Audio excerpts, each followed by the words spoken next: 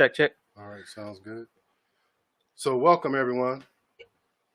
Welcome to the podcast Indestructible Souls. Let me give you a little bit of background, where that name came from and what's the platform for the podcast moving forward.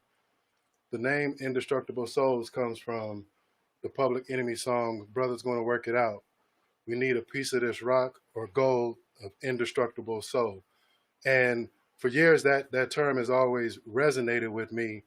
For one, being an African American black man in America, growing up in a city and growing up in a time where, well, it's funny because here we are at 2020 and we still feel like it's the same time. So not much has changed. Um, so indestructible soul to me, and the reason why the platform is so important is that this society, they take so much away from us and they do so many different things. However, they cannot have our soul. They want our soul, but they can't have it.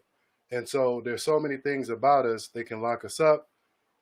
Obviously, we can see that they kill us, but at the same time, they cannot have what's inside of us. They can't have our spirit. They can't have our mind. They can't have our creativity, even though they try to steal it. But we'll get there. So today's topic in the platform, the ultimate platform for this podcast, is to really give black men and black boys who really kind of have a taboo belief about mental health to talk about mental wellness in different aspects and give us a place to really learn some things. So anybody, it's not just for black men and black boys, but anybody who have relationships with African American men and boys, teachers, parents, social workers, whoever comes in constant contact, this platform is for you. You're going to learn some things. And we're going to come to a place and come to a point where you can understand us better. We can understand ourselves better, as well as rewriting the narrative. Because right now, in my opinion, the biggest threat to American society is the African American men and boys. There's nothing more feared, nothing more scary than being or someone seeing a black person, particularly black men. We're the biggest threat. And so this podcast is going to help change that narrative. And so we're going to get right into it for today's topic. As you know, there's a lot going on. And in the wake of the George Floyd lynching and murder, I'm sitting here with my nephew, and he's a police officer. I'm going to let him introduce himself. But me and him have had several conversations over the past few months about him being a police officer, how I view it, and the Ahmaud Arbery incident. And so we often have these candid conversations. And so we thought it'd be a good idea if we had one of these live on the podcast so we can hear each other out. He's not going to change my mind, by the way. I believe what I believe. But I think raw, authentic conversation, especially with those who we view as the enemy, is beneficial to us. So I'm going to turn it over to JR real quick, let him introduce himself.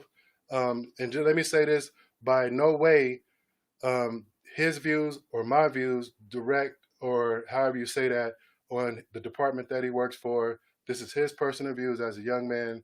And so go ahead and introduce yourself. Well, yeah, like I was introduced. Some people know me as JR, Hector, Officer Cuevas. I've been a police officer for 2.5 years now. Worked for 2 different departments, both on the custody and street level.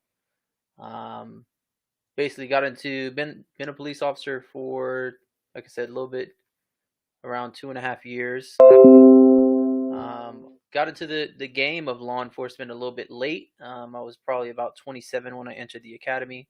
Prior to that, I worked corporate America as an accountant, and also worked some warehouse jobs and different odd jobs post graduating from college. Basically, what got me into law enforcement is basically just I grew up in the inner city of Rialto, San Bernardino, Los Angeles. Have had people in my family who have served in the military. Um, Always liked the idea of getting into law enforcement, but it was not something that was, to be truthful, very obtainable. It wasn't possible. Somebody like me growing up in the hood, saying that I wanted to become a cop was not a popular topic.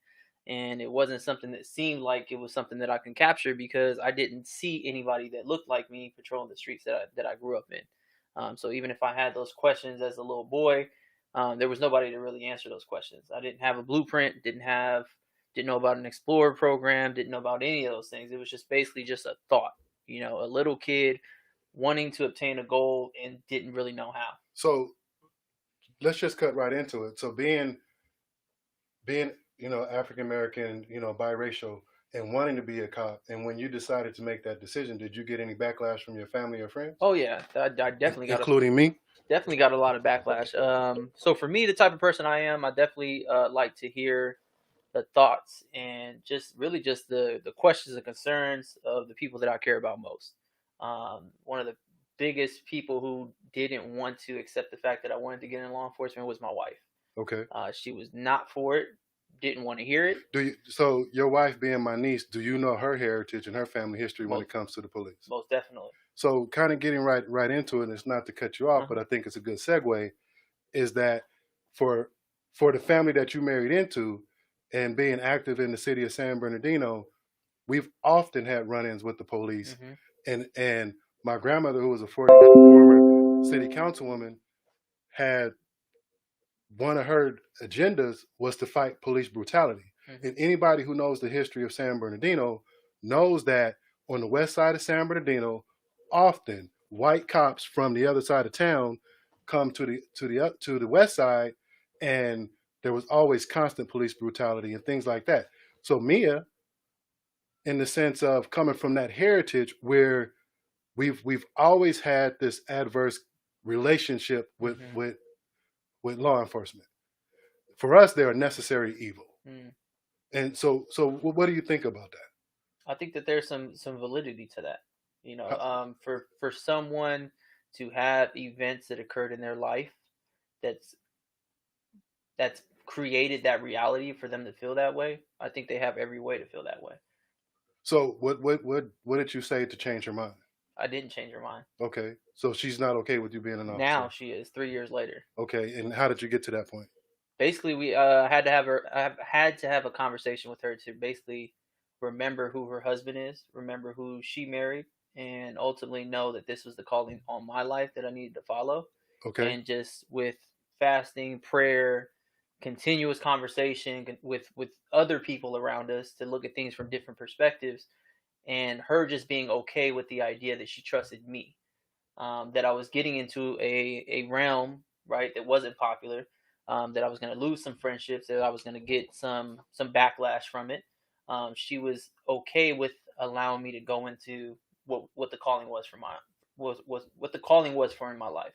So ultimately, she wasn't okay with the idea, but she was okay with the fact that she knew who I was, and she knew what character I had inside.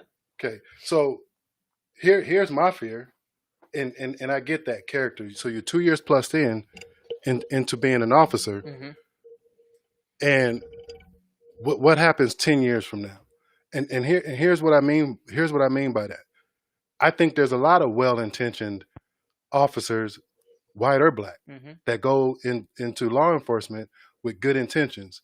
Here's my problem, and we can connect this to today, is that, in my opinion, and you can correct me if I'm wrong, is that the demonization of black people and demonization of poor people and people of color is entrenched in law enforcement. So how over time don't you fall trap to that? And so 20 years from now, 10 years from now, that you're still the same person? Or do you become some other cynical person from law enforcement that sees good versus bad, us versus them, and so forth? And I think you I think you hit the nail on the head. That I think when you fall into that mentality of us versus them, that you've already fell into that trap. We have something that we call community policing within law enforcement, which basically is to bridge the gap between the community and law enforcement, right? So to be able to, show face, pretty much get people to see you outside of the uniform. Law enforcement at one point in time, the officers who patrolled the community used to drive their patrol cars to their house. Right, but Used to not. But be able to park your vehicle. You know what I mean? You get dressed in your house, leave in uniform, and go to work. right, I remember in the '80s they created substations on the west side of San Bernardino. Don't know if they did any good, but now you have guys who don't know the community, Mm-hmm. don't know the neighborhoods, and then they act like they're doing us a favor by coming to our neighborhoods and policing us. Most definitely. Oftentimes they don't understand the people. Most definitely, and I think that's what's important is there's a different dynamic when someone who patrols a neighborhood or community that they're familiar with, that they have family that live in that community, they whether either went to high school or went to school in that community or have some type of memories from their childhood or in their life within that community, you have a different sense of pride. You know, when you're pulling over or when you're contacting a certain type of person that you are familiar with, there's not going to be fear. There's not going to be questions. There's not going to be anything. Now, we still are professionals within our job, right? So we lean on our expertise with different types of events that we've become familiar with. Okay, but what if your upbringing as an officer is not common with mine? Now here's one of the things. Mhm. I've seen all of these videos that's popping up of these officers overstepping their bounds. Part of the problem that I see is that when I see that person getting upset and trying to stand up for their rights, I see a person who's wanting to be heard, who's passionate, and who's trying to stand on the side of right. Right. Officers oftentimes see that as a threat. They see that as being disrespectful to authority. And not only that, they use that same passion as a reason to put you in handcuffs and to detain you because they don't understand us. Mm-hmm. And to me, this goes a lot further in that how they see us. Right. And what I mean by that is it's one thing to walk up on a situation and everything's equal. Mm-hmm. That's not what happens. As being an African American male, they see us differently. Mm. So they walk on the scene and see us as a threat. So for you, my question is, how do you handle that? And what do you do in terms of when you're approaching a situation when it's people of color, Mm-hmm. that you don't allow your training, or if that's what you want to call it, or your biases get in the way of what the situation at hand? To be honest, like I said, I've never even really thought about it that way because I'm so comfortable in those situations with dealing with people of color who speak passionately. You know, they may speak loud, they may speak with their hands, right? Um, because that's what I'm used to. Playing on the court, you know, in the parks as a kid, being able to just kind of just, you know, be riled or be passionate, you know what I mean? But exchange words with friends, but in the heat of a game or in the heat of just a conversation. There's been plenty of times, again, like I said, I've worked in corrections and I've also had some patrol time as well, where, like I said, if I pull over a car with four minorities in the car, four black young men or four peoples of color in the car, I don't necessarily may feel threatened when dealing with those people because, again, I revert back to what my childhood was. You know, prior to being a police officer, I was racially profiled. You know, I was had a gun pulled out of me with a police officer. I've had instances where my family has been at a family friend's house and chaos broke out. The police were called, and my little brother was slammed on the hood of a police car and placed in handcuffs and took into arrest for resisting and delaying arrest. Well, You know, we're so not going to talk about the times. I've had situations like that personally, right, that I felt that I know what those feelings and emotions are. So I know when I show up on scene, just the fact that I'm in uniform, mm-hmm. that may make somebody feel some type of way. That may, you know, be based off of whatever their prior contacts may be with law enforcement, whatever view they may have. I remember an instance that I hold dear to my heart to this day.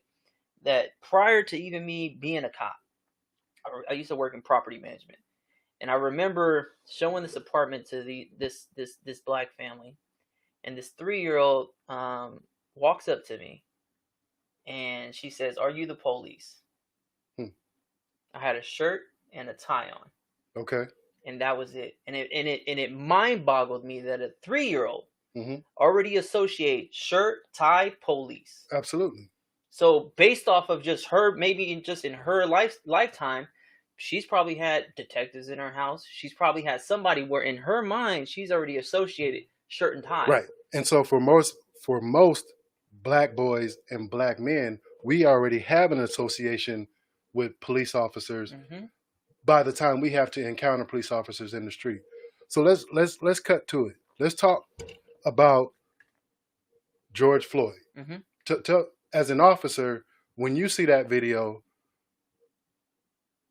tell me your thoughts. 100% wrong. Murder. Now, elaborate on that.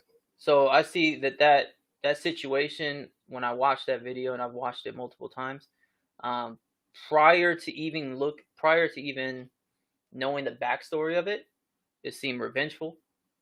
It seemed like it was a personal vendetta. It seemed like that person had other motives outside of whatever his contact or whatever his call for service was. Looking at that from a trained officer, what about that was policy?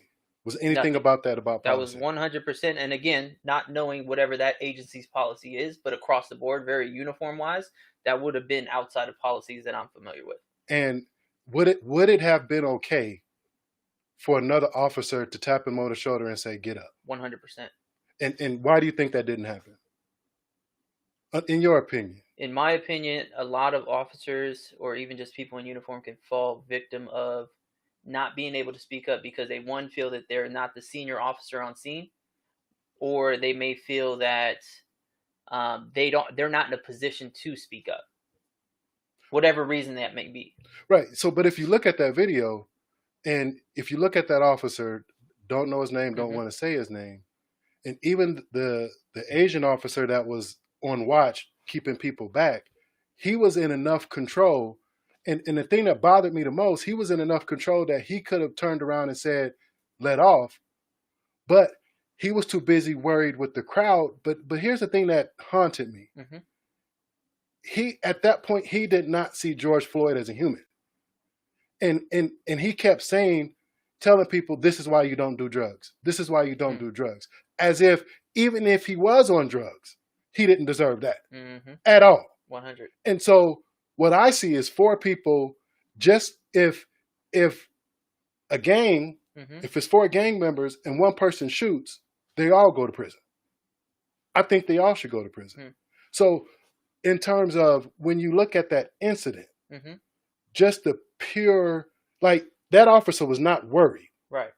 There was not an ounce of concern in his face. And my concern is, or my question to you as an officer, at what point does that type of conduct is not okay, even with fellow officers? So basically, across the board, again, like I said, I've been in some instances very similar to that, obviously with different outcomes, but of situations very similar, whether it be the call for service or being able to try to control someone on the ground in handcuffs.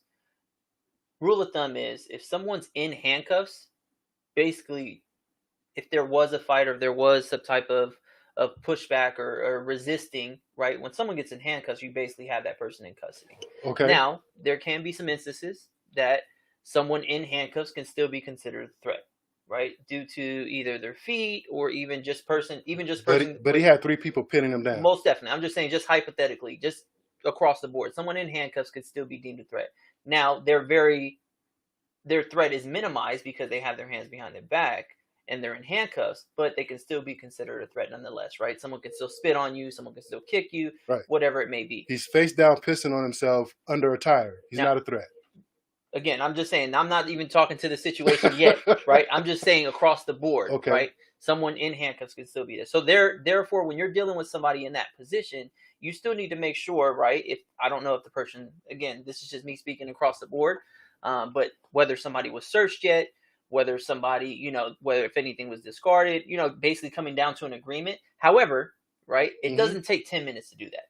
Not at all. Period, right? And even then, if the person, if he's already deemed unsafe because he's already been searched, he's already, anything that you might think of as far as an officer being on duty that you want to check off before you continue to move on to the next step, right? At that time, if the person wants to wiggle around, he's already in handcuffs, get up, assess the person, right? Try to put him in the recovery position if he's willing to do that. But if he wants to continue to resist and move around and so on and so forth, because excited delirium is always something we have to take into account, right? If this person's on drugs, if there's prior contacts, whatever it may be. Again, there could be a million different cases and scenarios that you can.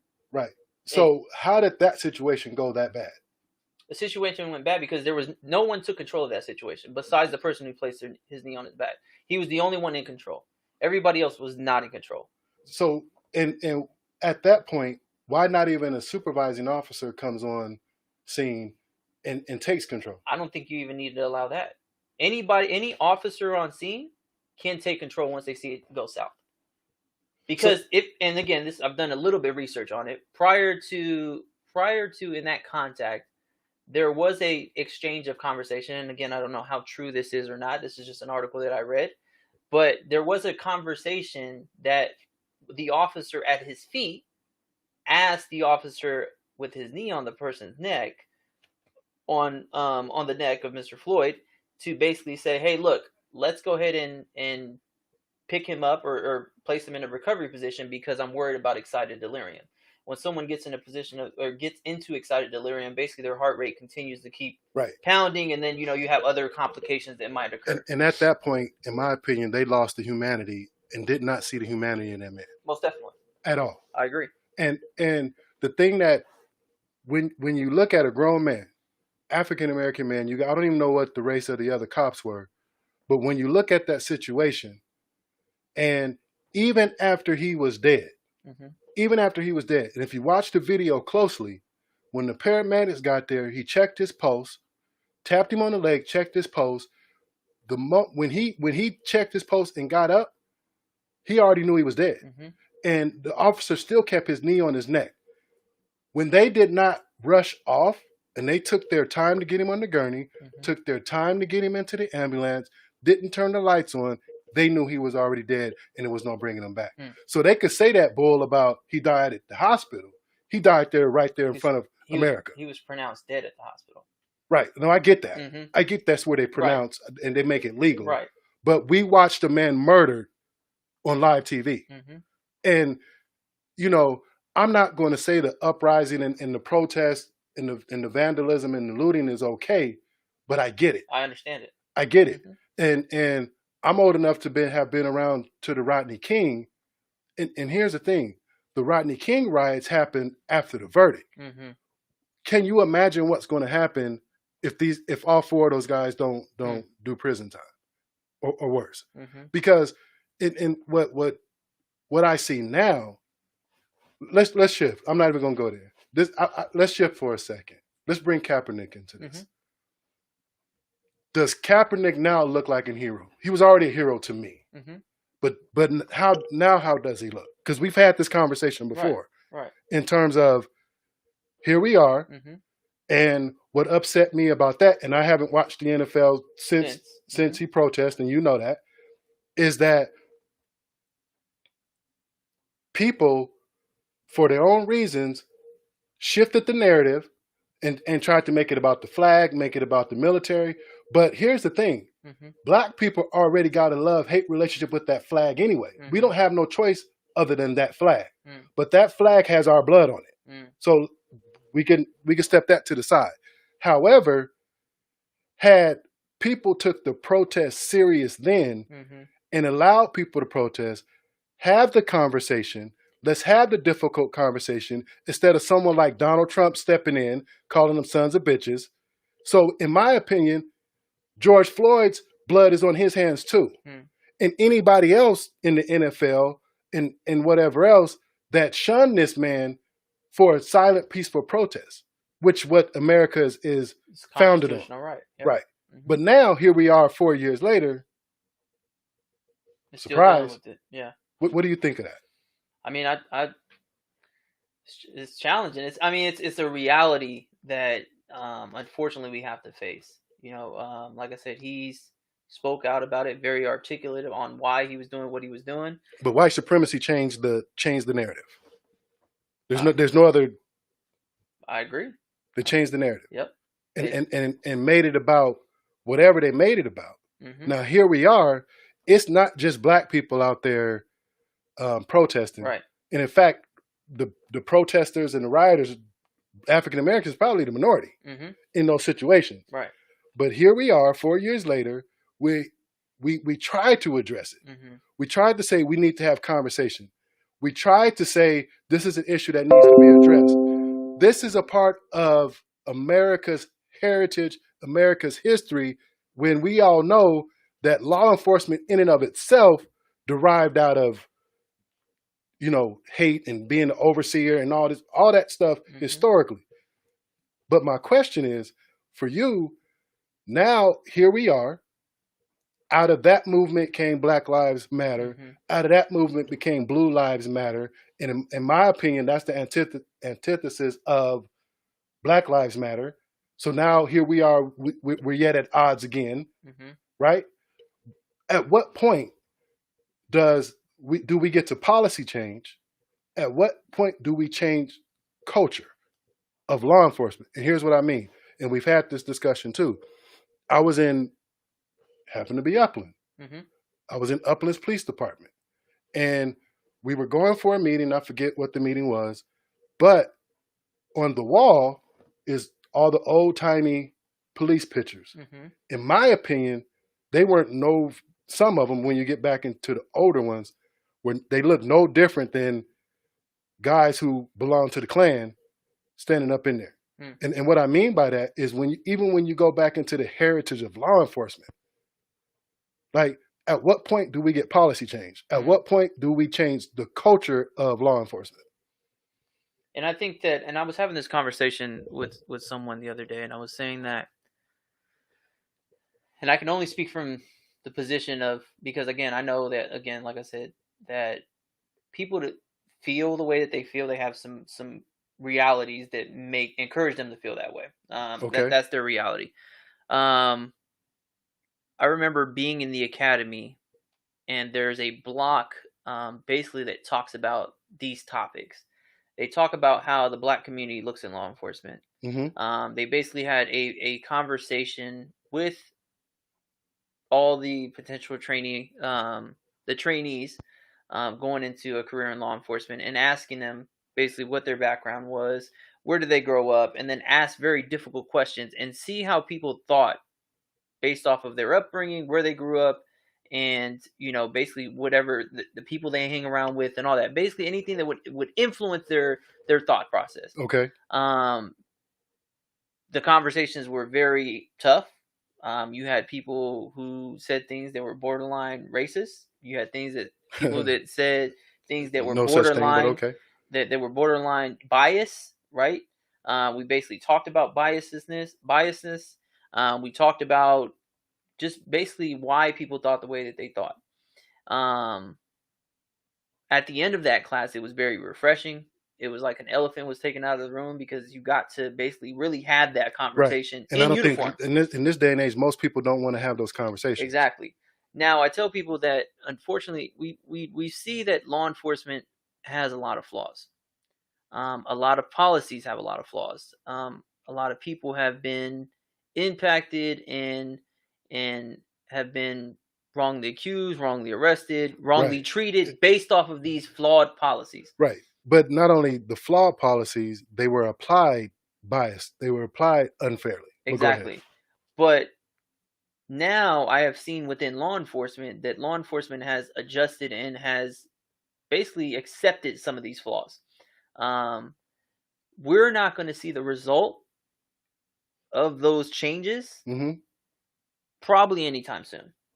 Okay. There are more, I've taken to go to my Facebook to post a lot of Black officers in uniforms that I know personally, that grew up in the inner city of San Bernardino, who have basically the same upbringing as me, the same walk of life as me, basically the same history with law enforcement, and they made a decision to become the change that they wanted to see. Right. Took it upon themselves to police the same neighborhood that they hold dear to their heart. Right. So I had a conversation with a friend, and when we talk about policy change, as you know, becoming an officer is fine, but what about the leadership? When we're talking about police chief, we're talking captains, we're talking politicians that that affect how policies are written in law enforcement. So my thing is, we need more people. And how do we get more people? Not only to get into law enforcement, but to move up through the ranks. So policies can be changed. Not only voting in and out politicians, but at the same time becoming a part of the department, but not to the degree that now all of a sudden is you're just becoming one of, the bad seeds, if you will. Like I said, I think really, I mean, there is, just in our counties alone, there's a lot of black chiefs. The city of West Covina has one. The city of Ontario, the city of Upland. There's also a lot in the county. There's a lot of minorities that sit on the executive board, who have power to be able to have these conversations. So I think, like I said, it goes back to the fact that things are already in motion. Okay. These conversations are being had at the powers that be, to be able to make sure that these things are not occurring negatively towards a certain demographic of people. Right. So for us on the outside looking in, why is it, and you may not know, but I want you to answer it anyway, why is it that for us on the outside looking in, that people with a racist undertone, a racist background, a racist view, but not only that, have proven themselves to be overly aggressive or continue to break policy, why is it that something this drastic has to happen before these people are removed from the force? Because this officer had several complaints, been involved in several incidents, but why is it for us that prejudice, racism continues to be able to exist and not be checked in law enforcement? It's a good question. Again, I think, like, with a lot of these instances, we see this a lot occur in places outside of California. Okay. And I can speak. Okay. I mean, because if I'm wrong, we don't have to leave the city to see this. But go ahead. I'm saying as far as recent events. Okay. Right. Things that have been known and documented. Of course, there's might be some other instances that are unknown to me, but majority of the ones that we've identified have occurred outside of the state of California, or televised. Or televised, right? Things that are nationally known, right? Policing is different throughout different states. Different states have different times, different. But at the same practices. Time, I understand that, but it goes unchecked. And here's the thing: most of us, a lot of us, probably tried to become COs, security guards, law enforcement, military, and they do these background checks and they do the psychological exams. Why is it that so many people with racist undertones can get through? But more importantly, when things happen, it's not corrected. It's not checked. It's not, nobody stands up and say, not okay. And we can segue, and this goes along with it, with our trip to the gun range. With our trip to the gun range. And the reason why, to me, why that's important, talking about racial undertones, going into that gun range where I assume a lot of law enforcement frequent, was like walking into the KKK den. Walking right into their front living room. So my thing is, if me as an officer and who I am as a person, there's no way I could associate with that, knowing that you might as well have had a hood hanging up in the corner. Do you understand what I'm saying? So this goes unchecked for centuries. It goes unchecked, and the reason being is because, in my opinion, they're one and the same. They're one and the same. So just like we say white folks are visitors into hip hop, minorities are visitors into law enforcement. It's theirs. And that's how they see it. So when people stand up, or when people try to come forward, yeah, they're going to give us, we can become chiefs, we can become captains, we become all that stuff. Okay. But when you look at the system of it, the larger, broader system of it, there is no way that an organization, whether it's a national organization, local, that is going to continue to allow, whether it's police brutality, whether it's racism, anything that's going to tarnish what I heard a captain say today, or chief, you're not going to tarnish the badge. So for us, the badge has been tarnished, but we keep seeing these things going unchecked. And for us, it's unfortunate. We want to love law enforcement. We want to be a part of law enforcement, but yet again, it's like walking into the lion's den. Okay. So when me and you and Joshua went to the gun range, and I shared this story with you, and you could tell me what your response was. Was when I got there, automatically I felt uneasy. Like when I stood in the doorway because of COVID, they were letting us in at, slowly, but I felt uneasy. And then I saw it, and I'm looking around. I put my back to the wall so I could, I'm an OG, so I know how to get safe. So I put my back to the wall, and my head is on the swivel. I know nothing's going to break out. Everybody got guns, so nobody's going to get stupid when everybody got guns. Now, it wasn't. So I saw a dude in camouflage. He had camouflage from head to toe. I just thought he was a weirdo. Why are you at a gun range in full fatigues, right? Okay. But then I remember seeing a kind of tall, clean cut white guy in a cap, and he gave me the worst feeling. He gave me the most, like, I was most uneasy with him. And so I remember putting my back to the wall, and I kept my eye on him. The normal public would have saw a clean cut, preppy looking white guy. I saw a threat. And when we finally got in, he never looked us in the eye, right? He was kind of standoffish. He went around and he went and purchased a gun. And lo and behold, so when I told you that story, what did you say? I'm trying to remember what I said, but I think I did remember seeing the individual that was sitting there, the guy that you described, and so to refresh your memory, help me out here. Right, to refresh your memory, when I told you that story when we was playing dominoes, you said, "Oh, the police officer, he was a cop." Yep. Imagine that. Yeah. So how does a gazelle know that there's a threat coming? It's in its DNA. So when something is lurking and if something is ready to attack, it's built in its DNA to know danger.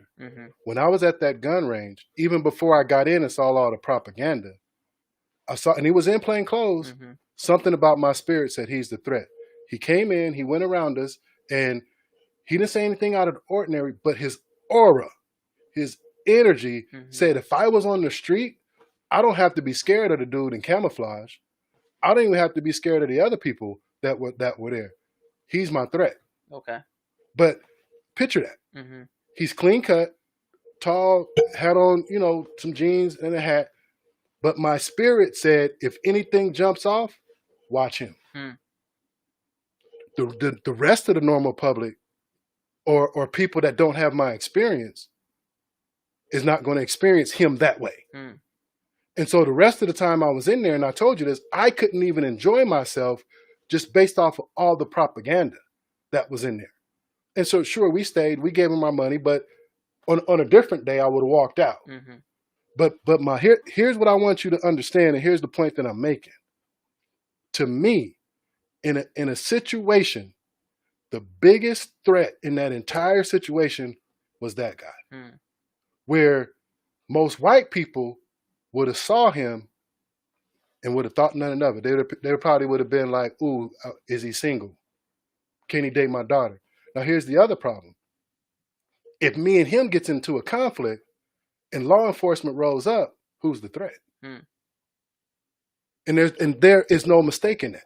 If me and him get into an argument, whether they know he's law enforcement or not, when they roll up, automatically they're gonna assume I'm the problem, I'm the threat, and he's going to be the one telling the truth, and so forth and so on. And there's no denying that fact. So in that situation, somebody who you identified just because because you're in law enforcement, somebody that you identified as from just standing there, oh, he's a cop, and not to mention he went around to purchase a new weapon, that I perceived him as a threat. Mm. And so the reason why that's important, even in this day, for us, for people that are raised in the inner city, and even when we have relatives that's law enforcement, you're not going to be on the scene if something goes down, right? Mm-hmm. Most likely, it's not going to be somebody that's going to give me the benefit of the doubt. They're going to assume I'm a threat. They're going to assume that I'm dangerous, and then they're going to treat me accordingly. Mm. When we look at George Floyd, when you look at that entire situation, they already had him under control. There's a new video that came out, Mm-hmm. showed that they were beating him in the back of the police car, and somehow he ended up back outside the car. Mm. Now, what I'm saying is, for us, recently there was a movie, When They See Us. Mm-hmm. That's a real thing. Mm-hmm. Now, it was a great movie, but as a therapist, as a psychotherapist, one of the things we know as a proven fact is that side by side, society, when it comes to African American boys and men, they see us differently. Mm. It is very hard for the psyche of America to see us as victims. It is very hard for the psyche of America to see us as non-threatening. We have to prove ourselves as non-threatening Mm-hmm. to be considered not a threat. You follow what I'm Yep. saying? Yep. So, but the problem is that's woven into law enforcement. Mm. It's woven into law enforcement. So how does it change? You tell me. And here the reason why, and you say, how does it change? It's going to start with the leadership. Mm-hmm. But hopefully, if anything comes out of this uprising, is that now we can have the authentic conversation. I hate when people say, I don't see color. Mm. So some white cop or whoever may think they're saying something right when they say, I don't see color. To me, when you say I don't see color, you're telling me you don't see me. So it's not about not seeing color. It's more about honoring who I am. Mm. So I see my color. But do you think across the board that the black community sees their color a little bit or a lot more important than every other race? We have to. Agreed. So then someone who doesn't understand that, who's not black, they may think that it's okay for them to say that I don't see color because they're thinking that they're looking across the board with no boundaries. But that tells me that those people who say I don't see color, that tells me they have not taken the time out to try to learn other cultures. They haven't taken the time out to try to get to know Mm-hmm. other people. And so what I mean by that is, and when you say, do we as people see our color more than anybody else, how do we not in this society? Right. We have to. Mm-hmm. Here's the thing. If I decide, you know what, I'm not black, I'm OJ, if I decide that, then basically I'm feeding myself to the wolves. Because I know, and it's funny, because when you hear my name, Jonathan Beauregard, right? When I go on job interviews, they're expecting a white person. And I see the energy shift when I walk in the room. Because they weren't expecting a big black dude. Now, for us as African Americans, every day is about race. And people don't want to believe that. People always want to say, why you always got to bring up race? Why you always got to pull the race card? The race card is always there. And so, and to deny that tells me you don't see me and see my experience. But when you decide that you're ready to be a little bit uncomfortable, but more importantly, to address your own biases, see, I think every police officer needs to go through some type of class to address their implicit biases or their unconscious biases, so then that way, maybe they're not aware. Yeah, and that's the class, like, again, that I was referring to, that's being taught, an 8-hour block that's being taught within the academies. Law enforcement, to current date. Right? Law enforcement needs to be a part of it. Teachers need to be a part of it. Social workers need to be anybody that's in the people services. Yeah, we need to have those classes. I believe in that class that there is somebody from the county. There is a psychologist. That it's basically built. It's a whole week of basically that's what's geared towards, as far as from a law enforcement perspective, from a service perspective, as well as the psyche and all that stuff. and allowing that conversation to be kind of spoken about, so that way people can be aware of it. Because if somebody who is from a city where they haven't really encountered a black person, and they don't know about black culture, they don't know about the black community, they haven't never even had a conversation with somebody who is black, Right. how could we ask that person to understand if they haven't been introduced to it? But when does that person, follow me on this, Mm-hmm. when did that person come out of their comfort zone and try to immerse themselves, or at least invite themselves to learn something new? Right. Here's the problem. White is right. The oppressor never asked the oppressed for permission. So, and here's what I mean by that, is that if I'm a white guy from the other side of the track, why I'm right. What the academy teaches me is right. What I was raised as is I'm right. So why would I ever get to know you? Mm-hmm. Here's one of the things that we know is proof, is that the oppressed knows way more about the oppressor than the oppressor knows about the oppressed. Because we have to for survival. So here's my point. So after they take those classes, if they didn't take the classes, they get their little continuing education units, and then that's all they do with it, it's no good. Right. Now you take those classes, you confront yourself, don't beat yourself up, own your biases. They're not your fault, most likely. You were raised that way. Your environment perpetuated that.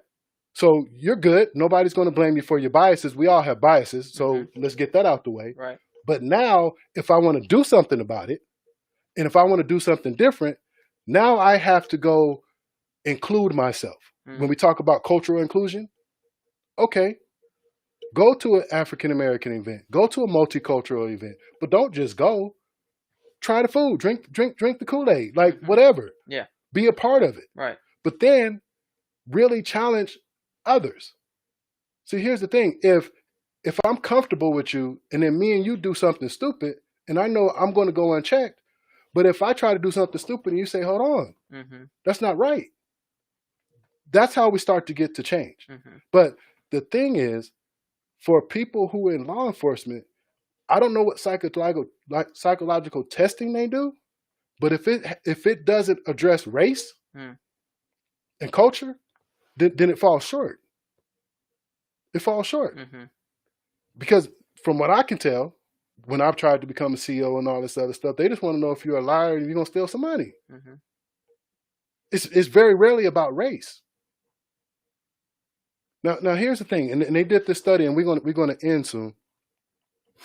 So they did there's a lot of studies out there. When it comes to kids, white America or society sees African American kids at a minimum 5 years older than what they really are, but 5 years older than their counterpart. The reason why that's important is because even in school, the attitude and the treatment is harsher because they see us as older and more culpable and more responsible for our behaviors. So a white kid can do the same thing and get sympathy. A black kid will do the very similar behavior and will get a harsher punishment, suspension, whatever it may be. Now, fast forward to when you're in society, right? So a 14-year-old kid is going to get manhandled because a white cop sees a 19-year-old threat versus a 14-year-old kid who probably needs a little bit of scare straight, call his mama and come get him. But that 14-year-old kid, and that's why when we bring up Trayvon Martin, that's why white America did not bleed for that boy. They did not have any sympathy for that boy because they saw somebody a lot older and a lot more responsible when a grown man killed that kid. That's why. Until that type of psyche changes, we're going to continue to be here. But officers, law enforcement, they don't, it still falls short because they don't want to address race. Because you would think a peace officer wouldn't be racist. Are you kidding me? Like, seriously. So my point is, it's not going to change until we talk about the elephant in the living room. And we need to do further background checks. And if there's any inkling of racial undertones or being a part of something and so forth, then they need to figure out is there a recourse for that? But the psyche of America, and I don't think people understand that. The psyche of America when it comes to African Americans, particularly African American boys and men, they see us differently. When that movie came out, I could not watch the whole thing because it resonated so real. Because they see us differently. They don't see, I say it like this. I've been a professional for a long time and worked around a lot of white people. Good people, you know, I don't have no quorums or nothing like that. But I used to always hear this term, oh, he's safe. Oh, he's safe. Oh, he's a safe man. Oh, he's safe. He's safe. He's safe. And I got to wondering, what do they mean by that safe? What they were saying was, at some point, because of my professionalism and, you know, the willing to go through the ranks and all that stuff, I wasn't a threat. So for Black people, if you don't prove yourself as not being safe, and if you don't prove yourself as not being a threat, then you're not going to progress in their eyes. And what I mean by that is when we talk about the psyche of something, we're not talking about somebody's opinion.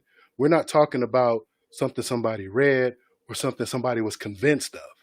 When we're talking about the psyche of somebody, we're talking about who they are, deep down to their core. And when we talk about, and we can even add in the Central Park, that lady went to her psyche. When she acted and went on to say, I'm going to call the police because you're threatening me as a Black woman, that didn't come out of, oh, this is a great idea. That came out of her psyche that's embedded in her as a white person. That's what we're dealing with. And I don't think people understand it. And I don't think law enforcement understand it. So when you have a law enforcement officer on scene and that psyche kicks in, how do you combat that? Especially if you're not aware. You understand what I'm saying? Yeah, I understand. So we got a long road, and you know, I thank you for coming on. I probably didn't get to all the questions, but we're right at an hour. So I appreciate you. I love you. Love you too. Appreciate you for having me. You got to take care of my niece. So for those of you out there watching, we appreciate you joining in. This has been Indestructible Soul. You can catch it on the podcast. You can restream it or watch it again. We're going to be broadcasting every Sunday with different topics, different guests. I want to thank my nephew JR for coming on and really taking the risk to put himself out there. And if any of your comrades or your law enforcement buddies got a problem with it, tell them come see me. All right. Do you want to say any last words? Appreciate you for having me. One thing that I've gotten to realize during these times is that I really, you know, seeing the riots and seeing the looting and seeing the protesting, from people from my community, Black people from all different walks. It doesn't stop here, because that building at the end of the day, that's just a building. So what are we going to continue to do? I encourage you to go to your city town hall meetings, go over there and speak up. I encourage you to continue to keep having these same conversations that we just had with people from different perspectives. Because if you're talking to the same people who think like you, who have the same perspective as you, you're not going to get nowhere. I encourage you to have the bravery to talk to somebody who thinks completely different as you. Have that conversation again, even if you don't agree.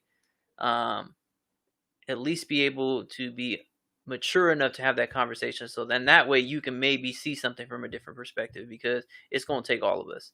And like I said, we have a long road ahead of us, but definitely as a father, it's my right and it's my due diligence to keep trying, even as hard as impossible as it may seem, because I have a daughter, a young Black daughter who's going to grow up in this society, and I owe it to her. Again, that's what I forgot to, kind of highlight. The reason why I became an officer is because in the delivery room, I held my daughter and I asked myself, what am I doing to make sure that when she grows up, she's going to have a little bit easier time than I did. So I encourage you guys to, like I said, take on that responsibility to make sure that your loved ones and your family and your kids and their kids' kids have it a little bit easier. Appreciate you. Thank you for watching. Thank you for listening. Like I said, you could catch us on Sundays. I'll be broadcasting.